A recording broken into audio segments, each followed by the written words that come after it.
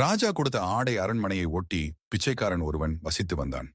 ஒரு நாள் அந்த அரண்மனை கதவில் மன்னர் விருந்தளிக்கப் போவதாகவும் அரச உடை அணிந்து வருவோர் மட்டுமே அனுமதிக்கப்படுவர் என்றும் குறிப்பிட்டு ஒட்டப்பட்டிருந்த அறிவிப்பை கண்டான். அரச உடை அணிந்து எப்படி விருந்திற்கு செல்வது என்று யோசித்தான்.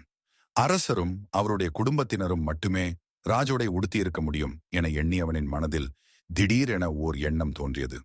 மனதில் தைரியத்தை வரவழைத்துக் கொண்டு அரண்மனை வாசலை அடைந்தான். வாயிற்காவலனிடம் ராஜாவை பார்க்க வேண்டும் என்றான். அந்த காவலன் அரசரிடம் அனுமதி வாங்கி வந்தான். உள்ளே வந்த பிச்சைக்காரனிடம், என்னை பார்க்க வேண்டும் என்றாயாமே என்றார் அரசர். ஆமாம், நீங்கள் அளிக்கும் விருந்தில் கலந்து கொள்ள எனக்கும் ஆசை.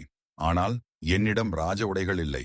என்னை அதிக பிரசங்கி என நினைக்காவிட்டால் உங்களது பழைய ஆடையை அழித்து உதவினால் அதனை அணிந்து கொண்டு விருந்துக்கு வருவேன் என்று பணிவுடன் கேட்டான்.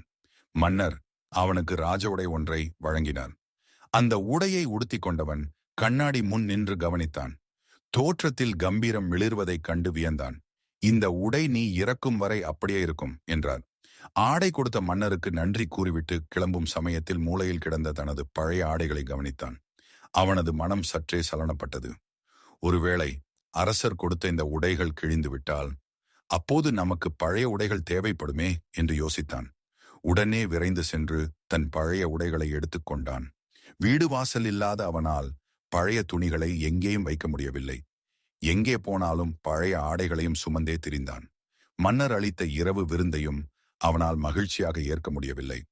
அடிக்கடி கீழே விழுந்துவிடும் பழைய துணிகளை சேகரித்து வைத்துக் கொள்வதிலேயே அவனின் எண்ணம் இருந்ததால் அவனால் பரிமாறப்பட்ட பதார்த்தங்களை கூட சரிவர ருசிக்க முடியவில்லை. அவர் கொடுத்த ஆடை அழுக்காகவோ கிழியவோ இல்லை. ஆனாலும் அந்த பிச்சைக்காரனுக்கு பழைய உடைகள் மீது நாளுக்கு நாள் பிடிப்பு அதிகமானது. மக்களும் அவனது ராஜ உடையை கவனிக்காமல் அந்த கந்தல் மூட்டைகளையே பார்த்தனர். இவ்வாறே நாட்கள் கழிந்தன. இறக்கும் தருணத்தில் இருந்து அவனை பார்க்க அரசர் வந்தார். அவனது தலைமாட்டில் இருந்த கந்தல் மூட்டையை பார்த்து அரசரின் முகம் சோகமாவதைக் கண்டான். பிச்சைக்காரனின் பழைய துணி மூட்டை அவனது வாழ்நாளின் மொத்த மகிழ்ச்சியையுமே பறித்துவிட்டதை எண்ணி வருந்தினான். நீதி, துன்பத்தையே எண்ணிக்கொண்டு இன்பத்தை இழந்துவிடக்கூடாது இருக்கும். இது போன்ற கதைகளுக்கு கதைகள் ஆரம்பம். சேனலை லைக் பண்ணுங்க, சப்ஸ்கிரைப் பண்ணுங்க, கீழே இருக்கிற பெல் பட்டனை மறக்காம கிளிக் பண்ணுங்க.